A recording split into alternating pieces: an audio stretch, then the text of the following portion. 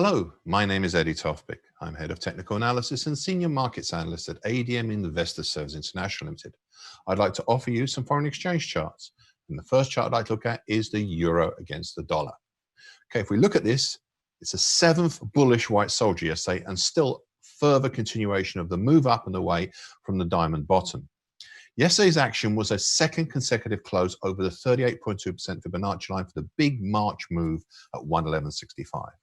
Looking ahead, we now have the opportunity to try for possible potential targets on the upside for the diamond bottom. The first potential for this pattern is at target X around 116.75. I know this is a big ask, but I can only tell you what I see. A further fuller potential will be target X1 in the 117.25 area. I'd now like to add a third potential target, X2 at about 112.90. This will be a potential target for the ragged inverted head and shoulders pattern formed over April to May this year. Overall, this is a long way to go. Many things can happen which will derail and move up from this diamond bottom pattern. But that's what it looks like right now. The next one I'd like to look at is cable, aka sterling against the US dollar.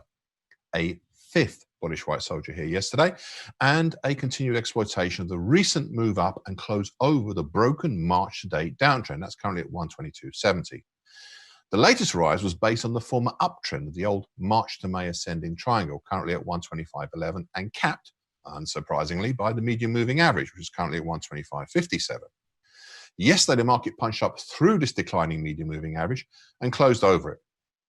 However, on exploiting the move over the medium moving average, the market started to approach two significant and related resistances.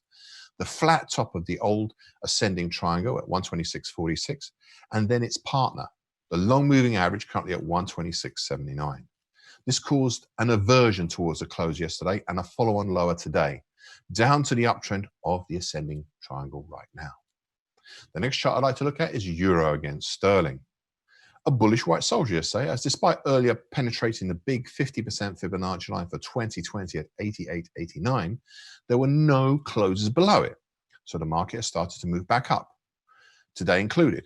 This tempers the threat to the idea I've been putting forward of a rounded bottom with a failed spike around the week of the 20th of April. The next chart to look at is the US dollar against the Indian Rupee. Here, a bullish counter yesterday to the previous session's big bearish engulfing pattern.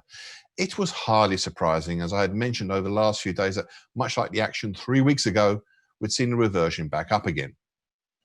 It was not as high as the high of the bearish engulfing pattern, so it still fitted in with a slightly longer term picture or action of last week, a weekly key reversal down. However, today we have tried higher, enough that we've tied with the high of the bearish engulfing pattern, though not as yet exceeded it. It nevertheless all still ties in with the idea I mentioned 4 weeks ago of the moves from March date being an inverted ascending scallop pattern. The final chart I'd like to look at is the US dollar against the Brazilian real. A second consecutive big action yesterday, a second big bearish black Mariposa that ties in with the prior combined bearish engulfing pattern, plus the bearish open and close long black Mariposa. Perhaps most important of all, the market has now had a consecutive close below the key February to date uptrend, currently at 527.57 of the December 2019 to date large bump and run pattern. We are most definitely now in the run stage. Potential on the downside for such a pattern would initially be target X in the 471 even area, whilst a fuller optimal target X1 would be in the 442 area. There's a lot of things that can get in the way before the market tries either target, but it's still worth pointing out. So that about wraps it up. So in the meantime, good trading and stay safe in the markets and in real life.